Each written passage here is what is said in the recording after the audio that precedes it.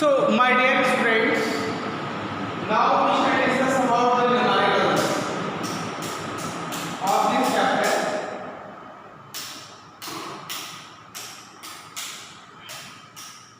And while attending this chapter, especially numericals, we have to very much causes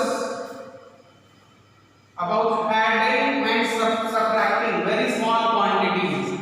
ऐसा नहीं है कि किसी प्रोटॉन का मास दिया है 1.67232 into 10 to the power minus 27, तो आप क्या करेंगे, प्रोटॉन का मास 1.732 ही ले लीजिएगा, बल्कि हमको पूरा मास लेना होगा, है ना।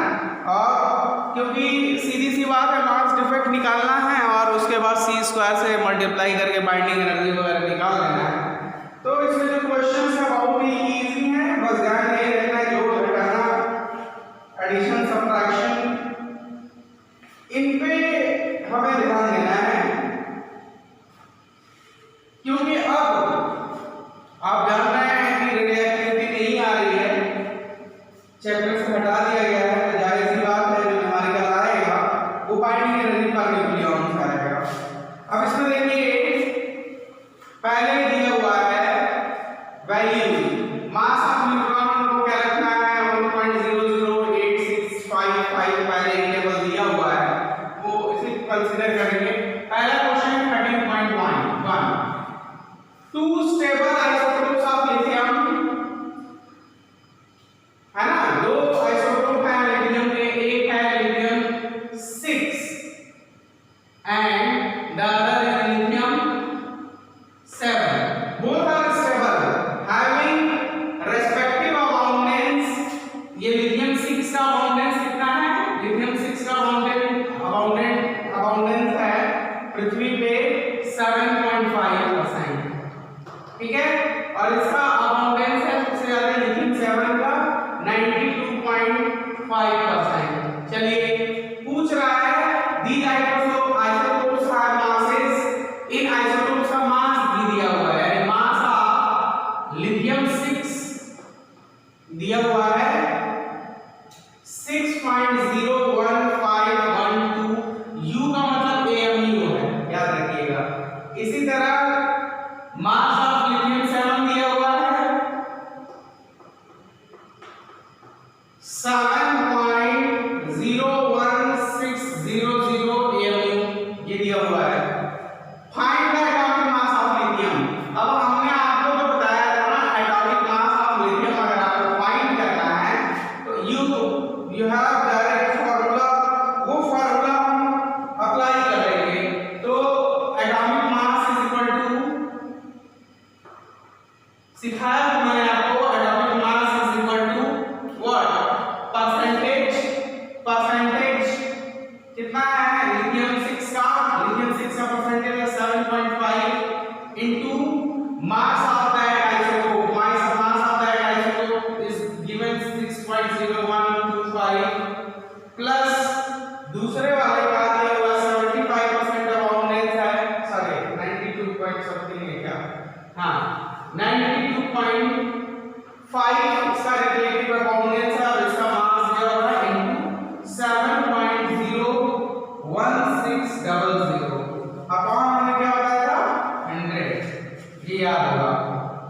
मल्टीप्लाई करिए इन दोनों को, जब आप मल्टीप्लाई करेंगे और ऐड करेंगे तो आपके पास क्या आ जाएगा 45.1, ये आ जाएगा 45.1134, ये आ जाएगा इसका, प्लस 92 में लगभग 7 से मल्टीप्लाई करेंगे तो लगभग से काम नहीं कर पाया, हमने पहले भी बताया था, तो ये 648.99 आ जाएगा अपॉन 100। दोनों को ऐड कर लीजिए, जब दोनों को आप ऐड करेंगे तो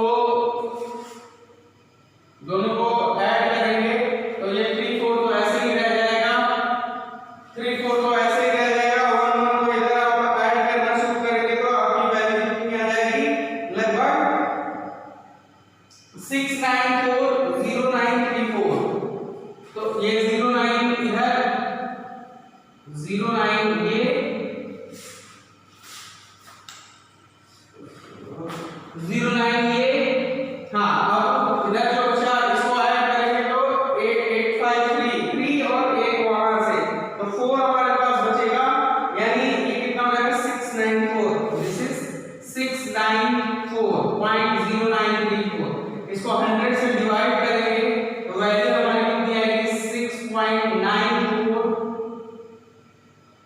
0934 है ना U या AMU। तो इसका एटॉमिक मास हम कितना लेंगे, लिथियम का Z5। तो इस तरीके से आपने सॉल्व किया था। इसी में एक दूसरा पोर्शन दिया हुआ है, boron has two stable isotopes. Boron के पास दो स्टेबल आइसोटोप्स हैं, इसे B वाले को करते हैं। ये A हो गया, नाउ B। दो स्टेबल आइसोटोप्स हैं जिनकी मासेस जो है, यानी जो बीटेन है, बीटेन का मास दिया हुआ है, बीटेन का मास दिया हुआ है 10.01294 यूनिट। ठीक है, इसी तरह मास ऑफ बोरॉन, बोरॉन का एक और आइसोटोप दिया है 11। इसका जो मास दिया हुआ है, इस बात 11 से शुरू होगा, तो ये है 11.00931 एटॉमिक मास यूनिट, ये हो जाएगा।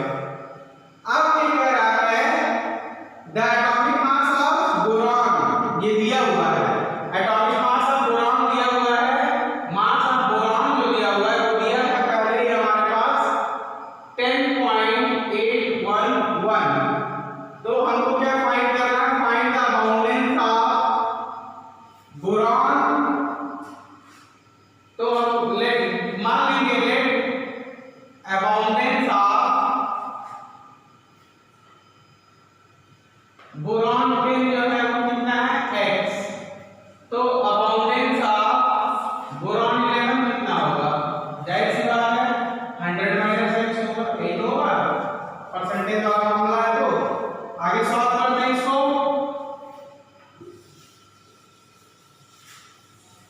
आगे सॉल्व करेंगे तो हमें मालूम है कि एटॉमिक मास के लिए फार्मूला होता है, एटॉमिक मास के लिए फार्मूला हमारे पास क्या है, that is the percentage x है, इसका लिए x बीटेन का, तो बीटेन का मास कितना है 10.01294 प्लस 100 माइनस x, और यहां पे मास दिया हुआ है ये 100 माइनस x, परसेंटेज इसका होगा B11 में, जिसका मास है 11.00931 अपॉन 100। ठीक, यहां मास कितना दिया हुआ है, मास ऑफ बोरॉन लेने के लिए दिया है 10.811। ये 100 से इधर मल्टीप्लाई करो तो ये हो जाएगा 108.11। अब इसको सॉल्व करते हैं। जब इसको सॉल्व करेंगे तो दिस वैल्यू बिकम 10.01294x। इसको सॉल्व करते हैं, 100 से मल्टीप्लाई होगा तो ये हो जाएगा 0.0931। ठीक है, और इससे मल्टीप्लाई होगा तो ये हो जाएगा -11.00931 व्हाट x। यार किसी को प्रॉब्लम नहीं होनी चाहिए किसी भी तरह की। आगे सॉल्व करते हैं। अब सिंपल मैथमेटिक्स आप लगा सकते हो, इसको आप ले आओ इस साइड में 100। हमने आपसे फिर कहा था ना, बड़े ध्यान से घटाना बढ़ाना है इसमें, तो 108.11 इसमें से हम इसको घटाएंगे, इसको इधर ले आएंगे, यानी एक्चुअली तो ये कितना हो जाएगा 110.0931। मैं बता रहा हूं कि इस तरह के क्वेश्चन में पेशेंस की जरूरत है केवल। अब सब्ट्रैक्ट करिए तो 3 1 ये हो गया, ये 8 हो गया, 10 में से 1 जाएगा 9 हो जाएगा, 9 में से 8 जाएगा 1 हो जाएगा, और ये तो खत्म हो जाएगा। यानी जब इसको आप इधर ले आओगे तो ये ज्यादा है, तो वैल्यू आपकी कितनी है -1.9831। अब इस इधर की बात करते हैं, यहां का मामला सुलझाते हैं। यहां का मामला जब आप सुलझाएंगे तो आपको इसमें से 11.00931 x में से सबट्रैक्ट करना है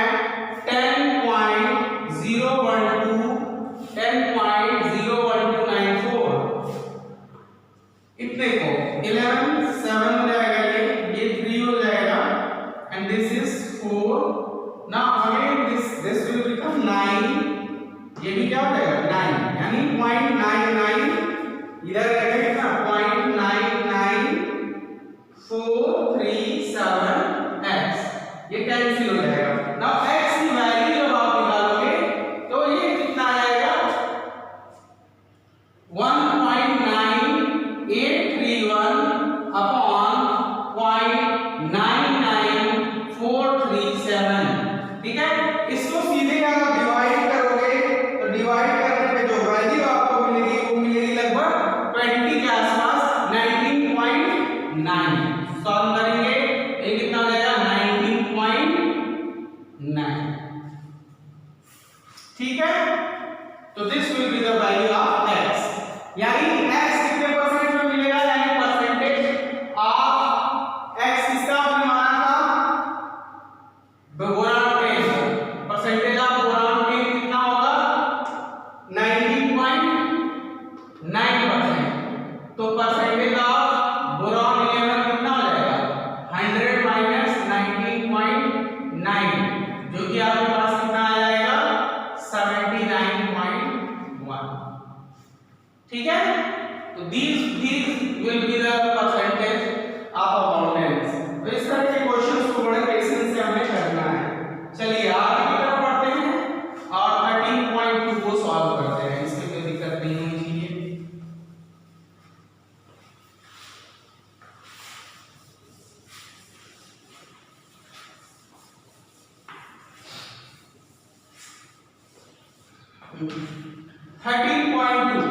थर्टीन पॉइंट टू भी कुछ ऐसे ही है, तो ये आपके लिए होमवर्क दे देता हूं मैं।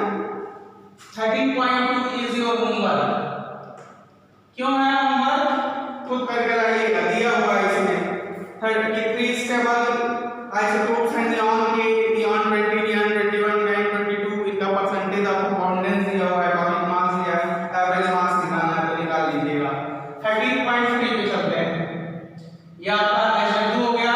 नाउ 13.3 ऑब्टेन द बाइंडिंग, अब बाइंडिंग एनर्जी वाला मामला शुरू हो गया। Obtain the binding energy in mega electron volt for nitrogen.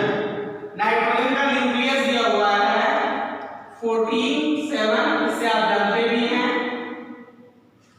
Given ये दिया हुआ है, इसका मास जो है, इसका मास हमारे पास है, इसका मास कितना है 14.00307 एटॉमिक मास यूनिट, ये आप जानते हैं।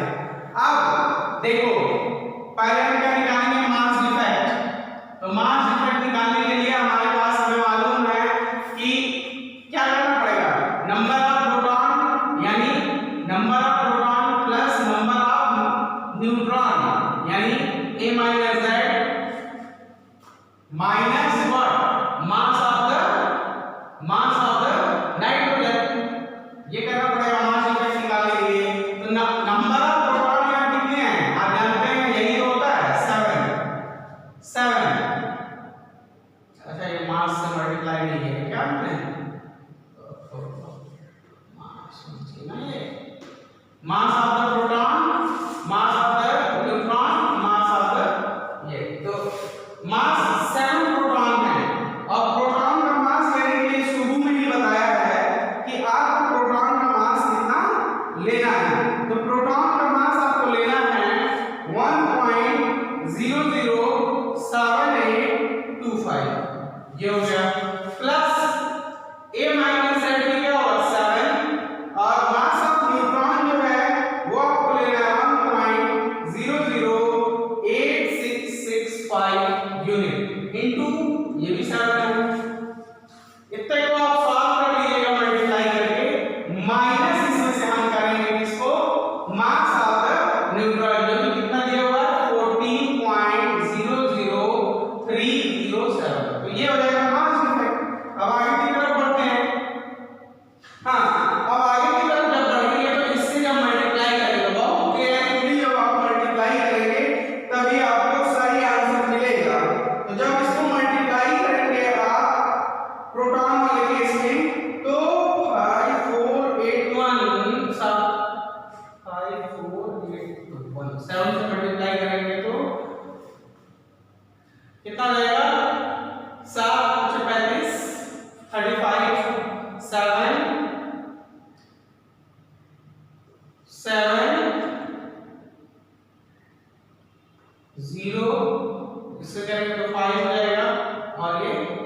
0 इतना 7 पॉइंट कितना आ गया 7.050775। तो ये वैल्यू जो हो जाएगी this will be the value of proton. अब न्यूट्रॉन पे चले आते हैं मल्टीप्लाई कर लेते हैं तो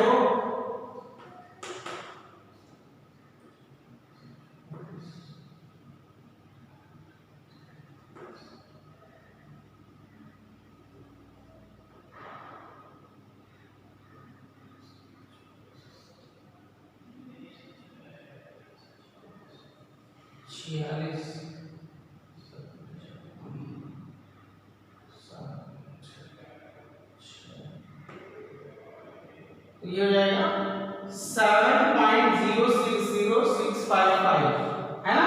इन दोनों को हम पहले ऐड कर लेंगे और इसको सब्ट्रैक्ट करेंगे 14.00307 से।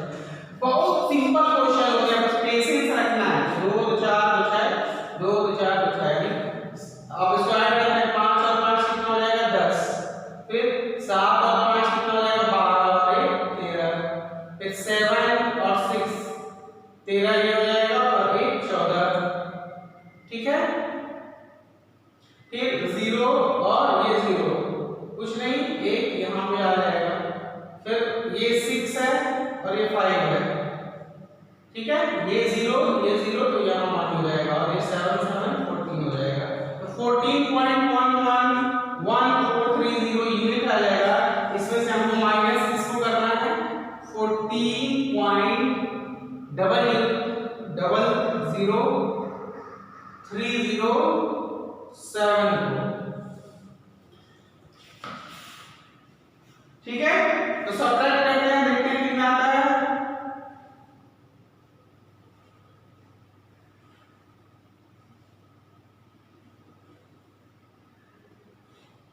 ठीक है, इतना AMU, इतना AMU। तो मास डिफेक्ट हमारे पास डेल्टा एम की वैल्यू हमने फाइंड कर ली, कितनी आ गई 0.108360। अब यही पूछ रहा है ना आपसे कि find the binding energy, find the obtain the binding energy mega electron volt. आप तो जानते ही हो कि 1 मेगा इलेक्ट्रॉन वोल्ट कितनी 931.5। तो इससे सॉल्व करोगे तो ये कितना हो जाएगा 931 into 0.108360। इससे मल्टीप्लाई कर लीजिएगा तो डेल्टा एन की जो वैल्यू है वो आपके पास निकल के सामने आ जाएगी।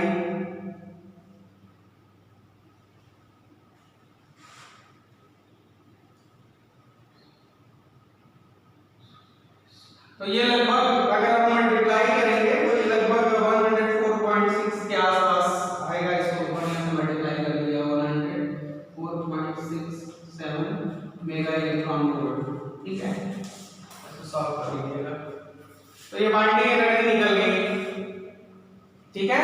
बाइंडिंग एनर्जी को एनर्जी में बदलना है। हम क्या करेंगे, जो AMU आया है मास उसमें 931.5 से मल्टीप्लाई कर दीजिए, 931 से मल्टीप्लाई कर दीजिए। हालांकि 931.5 ही अब लिखा हुआ है, 931.5 से आप मल्टीप्लाई करिएगा तो दिख दिया होगा इसमें। तो लगभग इतनी वैल्यू आ जाएगी। चलिए यहां तक पहुंच गए, नेक्स्ट क्वेश्चन चलते हैं। यहां किसी को कोई प्रॉब्लम नहीं होनी चाहिए। 13.5 कह रहा है कि आप ये बताएं कि a given coin has mass 3 gram, calculate the nuclear energy that would be required to separate the neutrons and protons from each other। एक कॉपर की कॉइन है, a coin has 3 gram, मास दिया हुआ है यहाँ पे। ये थोड़ा अच्छा सोचने समझने वाला क्वेश्चन है, मजा आएगा इसे लगाने में। तो चलिए लगाते हैं इसको। दिया गया है 13.5 पे पहुंचना है, उससे पहले 13.4 है।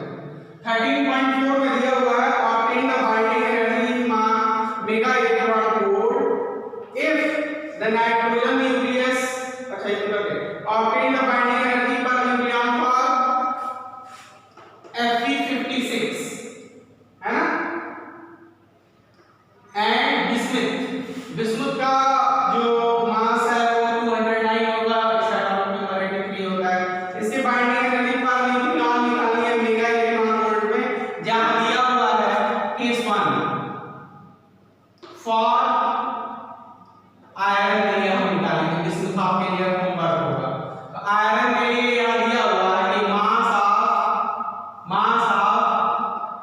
ये कितना दिया हुआ है, this is equal to 55.93493934 AMU इतना मास दिया हुआ है आयरन का। अब देखिए मास डिफेक्ट जब हमको निकालना होगा तो हमको पता है mass of the proton plus mass of the neutron यानी A minus Z minus mass of the atom जो कि हमारा यहाँ दिया हुआ है। अब मास ऑफ द प्रोटॉन, तो मास ऑफ द प्रोटॉन हमें शुरू से मालूम है कितना लेना है। मास ऑफ द प्रोटॉन 1.00785 और मास ऑफ द प्रोटॉन कितना है, आयरन है तो आयरन का जानते हैं मास कितना होता है 28 होता है। ऐसा आयरन का मास कितना होता है दिया हुआ 26 होता है, 26 से मल्टीप्लाई कर दिया क्योंकि इतने प्रोटॉन होंगे। न्यूट्रॉन की बात करें तो न्यूट्रॉन का मास यहाँ पहले दिया हुआ है, this is the mass of electron neutron and this is the mass of proton. ठीक है, तो मास ऑफ द न्यूट्रॉन यहाँ दिया हुआ है, mass of the neutron is given 1.00865 ये दिया हुआ है। अच्छा ये इसमें प्लस जाएगा इनटू A माइनस Z का मतलब इसमें से हटाएंगे तो कितना जाएगा 30 ये हो गया। इतना आप पहले सॉल्व कर लीजिए, सॉल्व करने के बाद इसमें से सबट्रैक्ट करेंगे मास ऑफ द फेरस जो दिया हुआ है 55.934939 AMU। अब इसको मल्टीप्लाई करिए 26 से, जब आप मल्टीप्लाई करेंगे तो ये वैल्यू 26 से मल्टीप्लाई करने पे आपके पास कितना आएगा,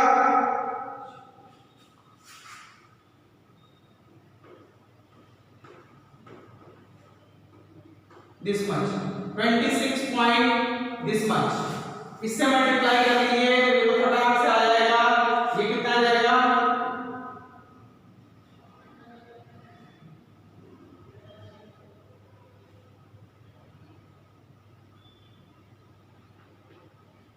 ठीक है, इतना आप 30 से मल्टीप्लाई कर लीजिए यहाँ पे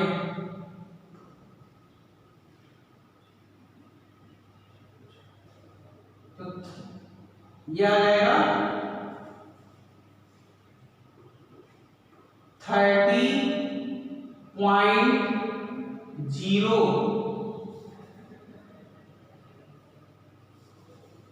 ये आएगा 30.0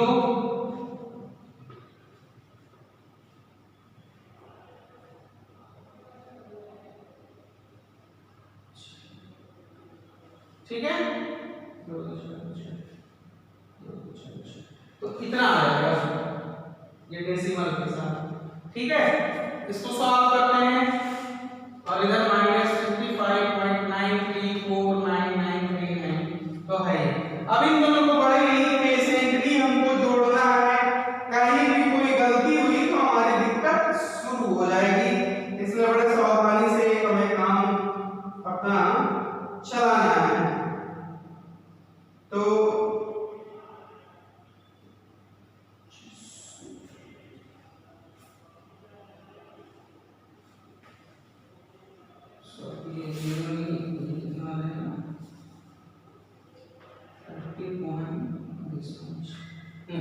अब इन दोनों को ऐड कर लीजिए तो 0 0 0 हो जाएगा, 5 से 5 करेंगे तो ये भी 0 हो जाएगा। टोटल इसको अगर हम जोड़ेंगे, टोटल मास अगर हम इसको जोड़ लें तो हमारे पास जो वैल्यू आएगी वो कितनी आएगी,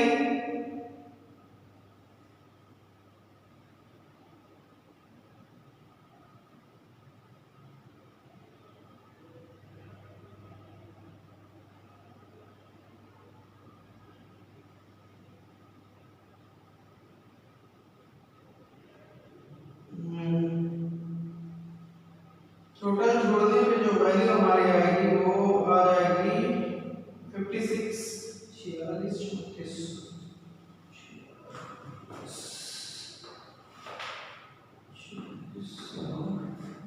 46 -55.93499। इसको इसमें से सबट्रैक्ट कर लीजिए। तो जब सबट्रैक्ट करेंगे तो आपको मास डिफेक्ट मिल जाएगा, और मास डिफेक्ट जो आपका आएगा वो कितना आएगा, एक आएगा इतना इतना एमयू या यूई लिखिएगा, ये कितना मास डिफेक्ट होगा। और आप जानते हैं binding energy is equal to क्या होता है, mass defect into C square, या अगर एमयू में है तो बाइंडिंग एनर्जी इनटू 931.5।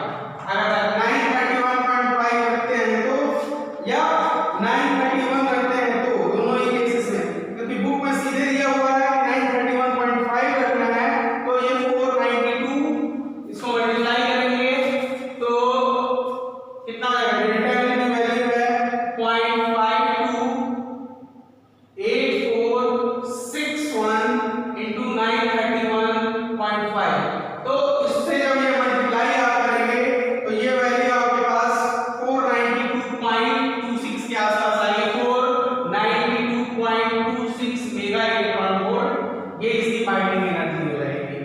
तो ये हमने किसके लिए निकाला, आयरन के लिए। बिस्मुथ के लिए आप इसी तरीके से खुद निकाल के दिखाइएगा। ये आपका HW है बिस्मुथ वाला। चलिए 13.4, इसमें किसी तरह की दिक्कत नहीं है, एक तरह का क्वेश्चन कई बार आपको मिलेगा। फिर हम चलते हैं 13.5 जो कि एक अच्छा क्वेश्चन है।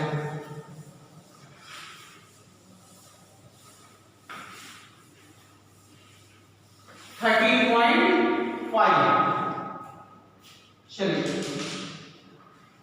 13.5 में ये कह रहा है कि भैया हमारे पास एक सिक्का है जो 3 ग्राम का है, हमें कैलकुलेट करना है एनर्जी। गिवन पॉइंट का मास दिया हुआ है 3 ग्राम, यानी 3 × 10⁻³ kg, ये इसका मास दिया हुआ है। नाउ इट इज आस्किंग, क्या आस्क कर रहा है, calculate the nuclear energy that is required to separate the neutrons and protons from each other, यानी बाइंडिंग एनर्जी हमको निकालनी है। पहले बाइंडिंग एनर्जी किसके लिए, केवल एक न्यूक्लियॉन के लिए बाइंडिंग एनर्जी हमको चाहिए, लेकिन यहाँ 3 ग्राम दिया हुआ है, याद रखिएगा। For simplicity, assume that coin is entirely made up of copper, copper से बना हुआ है, और mass of the copper दिया हुआ है, mass of copper दिया हुआ है, m copper दिया हुआ है कितना, mass of copper इसमें दिया हुआ है 62.92960 AMU। तो अब इसको निकालना हमें आसान हो जाएगा। सबसे पहले हम डेल्टा m निकाल लेते हैं। जब डेल्टा m निकालेंगे तो फार्मूला जानते हो, mass of the proton into number of the proton plus mass of the neutron into number of the neutrons minus यहां क्या हो जाएगा, मास ऑफ द कॉपर। ये मास डिफेक्ट निकल जाएगा हमारे पास। मास ऑफ द प्रोटॉन में यहां दिया हुआ लेने के लिए शुरुआत में ही मास ऑफ द प्रोटॉन लेने के लिए दिया गया हमें 1.007825 और नंबर ऑफ प्रोटॉन हमें मालूम है कॉपर है। तो कॉपर के लिए आप जानते हैं कॉपर का एटॉमिक नंबर जो होता है वो 63 होता है, और उसका एटॉमिक नंबर 29 होता है। तो 29 हो गया ये क्या, नंबर ऑफ प्रोटॉन।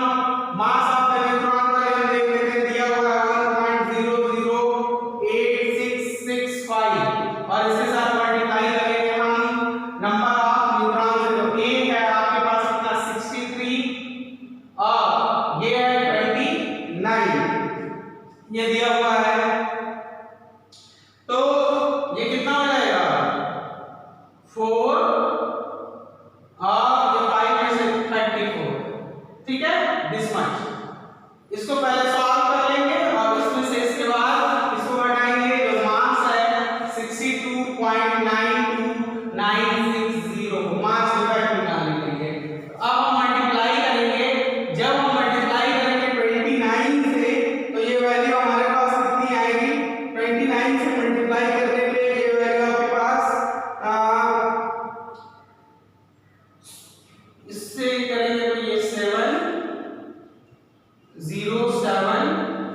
707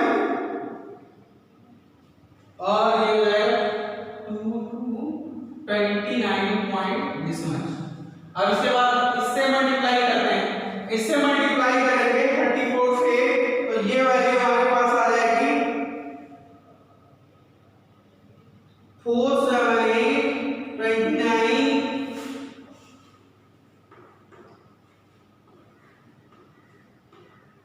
34 मतलब लास्ट में आप 0 चाहे तो आपकी इच्छा है, आप बढ़ा सकते हैं। तो ये इतना इसकी वैल्यू हो जाएगी। अब आगे जब हम इसको ऐड करेंगे, इसका टोटल मास ऐड करेंगे और इसको सबट्रैक्ट करेंगे 62.92960 से, इसको ऐड करना शुरू करिए। तो सबसे पहले आपको क्या मिलेगा, 7 मिलना चाहिए। तो इसको ऐड करेंगे तो हमारे पास जो टोटल मास आएगा वो कितना आएगा, 7 और 29, हाँ 8 और 7 कितना हो जाएगा, 5 हो जाएगा। 8 और 7 5 हो जाएगा, तो 63 52 185 ये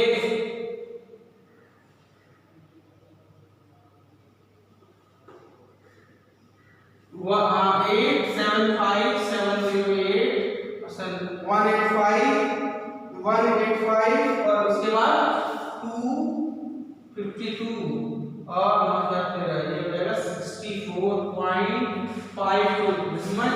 और इसमें से हम इसको सबट्रैक्ट करेंगे, सॉरी 63 है ना, 63 माइनस 62.9296 शायद यहाँ पे लिख दिए। अब इसको सबट्रैक्ट करेंगे, सबट्रैक्ट करने पे आपके पास मास डिफेक्ट जो आएगा वो कितना आएगा, 0.59225 मास डिफेक्ट आएगा, 0.959225 सबट्रैक्ट करके देख लीजिए तो 0.59225, ठीक है। ये आपकी वैल्यू हो जाएगी, यहां पर रख देते तो इतना एएमयू मास डिफेक्ट हुआ, इतना एएमयू क्या हुआ, मास डिफेक्ट हुआ। तो एनर्जी यानी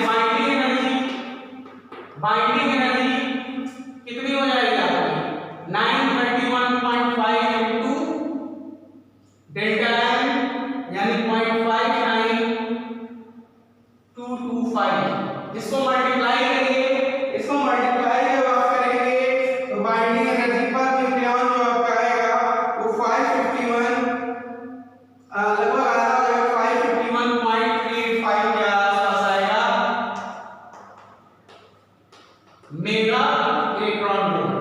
लेकिन अभी सवाल यही नहीं खत्म हुआ, ये कह रहा है कि 3 ग्राम का आपके पास क्या है, एटम है। 3 ग्राम का आपके पास कॉपर का कॉइल है। तो हमको ये तो मालूम है, ये जो बाइंडिंग एनर्जी हमने निकाला है वो किसके लिए निकाला है, एक कॉपर के लिए निकाला है, for 1 copper, binding energy for 1 copper. अब आगे की तरफ बढ़ते हैं और देखिए और आगे हमें क्या करना पड़ेगा।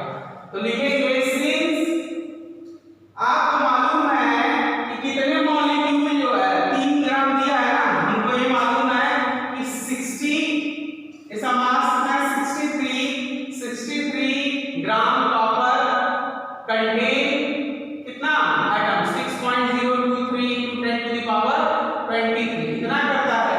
तो इसलिए 3 ग्राम में कॉपर निकाल लें, कितने एटम इसके अंदर कंटेन एटम, कितने एटम, तो ये कितना आ जाएगा 6.023 × 10⁻23 अपॉन ये कितना आ जाएगा 63 × 3, तो ये हो जाएगा 21 से इसको डिवाइड करेंगे।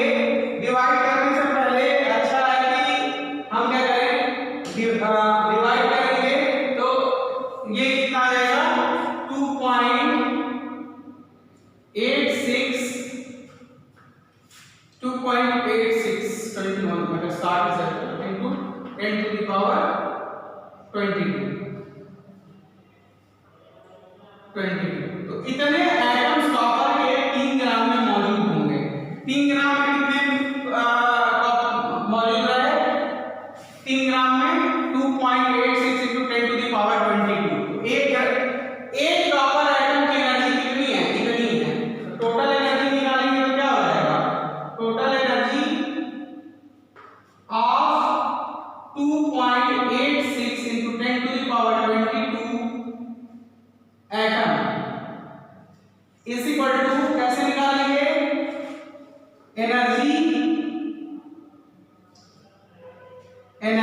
of one atom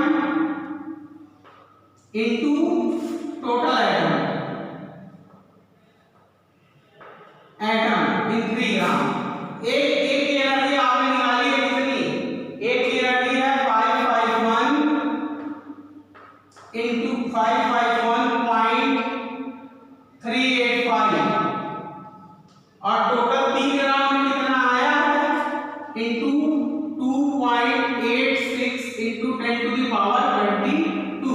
इन दोनों को जब आप मल्टीप्लाई करेंगे तो मल्टीप्लाई करने पे आपका आंसर जो आएगा वो कितना आ जाएगा? 1.6।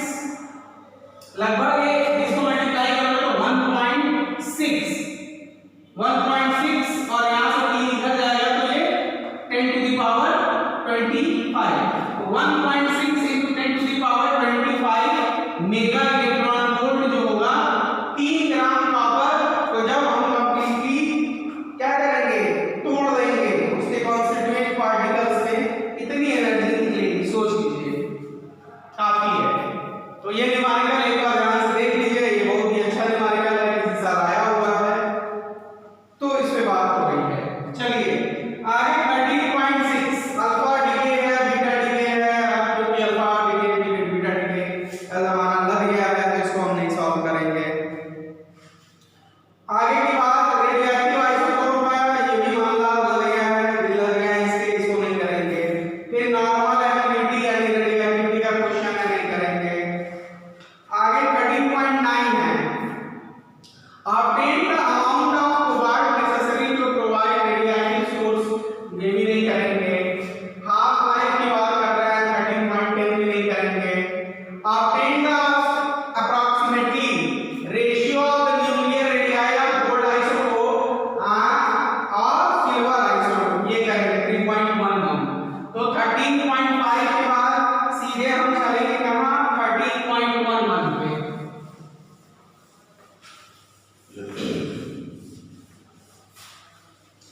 यही सब क्वेश्चन आए और ये बाइनरी एनर्जी का ही क्वेश्चन आना है, इसलिए गांठ बांध के देख लीजिए, जोड़ना घटाना कैसे मल्टीप्लाई करना, पेशेंस रखना है बस, बाकी काम अपने आप हो जाएगा। 13.11 में कह रहा है आप बताइए approximate ratio of nuclear radii of gold. आप जानते हैं कि रेडियस एरिया हमने आपको एक फार्मूला बताया था, it is equal to this much. ठीक, तो approximate nuclear radii of gold isotope iron gold के लिए एटॉमिक मास कितना है? 197, वो इसी से मतलब है। एटॉमिक नंबर क्या है छोड़ दीजिए। उसके बाद एक है सिल्वर का दिया हुआ है कितना? 107 दिया हुआ है। और हमें मालूम है कि radius of gold upon radius of argentum यानी सिल्वर इज इक्वल टू कितना हो जाएगा? r naught a to the power 1/3। तो a की वैल्यू यहां कितनी है? 197 पे पावर 1/3। इसी तरह यहां क्या हो जाएगा? दिस मच और ये है 107, इस पे पावर 1/3 कर दीजिएगा। तो चाहे ऐसे छोड़ दीजिएगा कि ये रेशियो 197/107 इसका क्या हो जाएगा? क्यूब रूट हो जाएगा। या फिर आप सॉल्व करके लिखना चाहते हैं इसको डिवाइड करेंगे तो ये वैल्यू 1.23 के आसपास आएगा। उसका क्यूब रूट अगर आप निकालते हैं तो उस केस में क्यूब रूट के केस में आप जानते हैं कि ये वैल्यू जो है जैसा कि मैंने बताया ये 1.23 के आसपास आ जाएगा। यानी रेडियस ऑफ गोल्ड जो होगा ऑरम वो ज्यादा होगा अर्जेंटम से। ठीक है, कितना टाइम? 1.23 टाइम। दूसरा क्वेश्चन इसमें पूछ रहा है कि obtain approximate ratio of nuclear radii of the gold isotope and silver isotope। अच्छा बताइए दोनों की डेंसिटी में क्या रेशियो होगा? Density of iron gold upon density of nuclear density of what? Argentum. तो आप जानते हैं कि न्यूक्लियर डेंसिटी हर एक एलिमेंट का, कोई भी सोना चांदी हीरा मोती कार्बन नाइट्रोजन ऑक्सीजन सबका जो न्यूक्लियर डेंसिटी क्या होगा 1:1 इसका रेशियो आएगा। जो आयरन का होगा सोने का, वही न्यूक्लियर डेंसिटी किसका होगा चांदी का। तो ये मैंने अपनी तरफ से बता दिया है। नेक्स्ट आते हैं 13.12 पे, ये भी एक अच्छा क्वेश्चन है। Q वैल्यू निकालनी है। Q वैल्यू का मतलब वही कि जो मास डिफेक्ट है वो कितना एनर्जी में चेंज हो रहा है। तो हम थोड़ा सा ब्रेक लेते हैं, थोड़ा लंबा जा रहा है, 42 मिनट्स का हो गया।